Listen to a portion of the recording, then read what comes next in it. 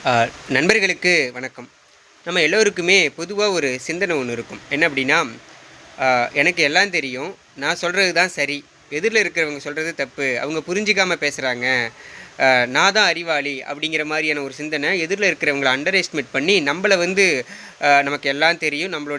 நம்ம சொல்றது தான் சரி அப்படிங்கிற மாரியான ஒரு சிந்தனை ஒண்ணு இருக்கும். இந்த சிந்தனை தான் நம்மளுடைய வளர்ச்சியே தடுக்குதாம். இத மையப்படுத்தி "பொக்கிஷத்தை விற்ற துறவி" அப்படிங்கிற ஒரு புத்தகத்தில ஒரு கருத்து ஒண்ணு சொல்லியிருந்தாங்க.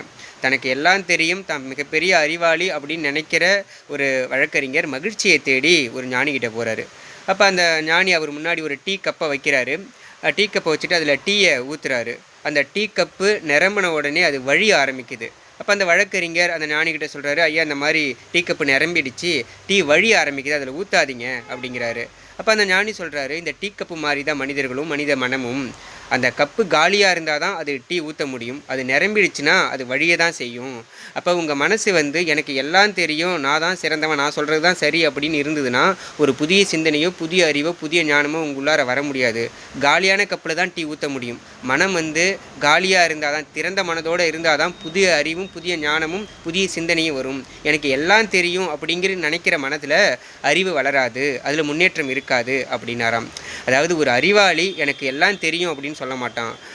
நான் தினம் தினம் கத்துக்கிறதுக்கு ரெடியா இருக்கேன் அப்படிங்கிறவன் தான் அறிவாளியா இருக்க முடியும்.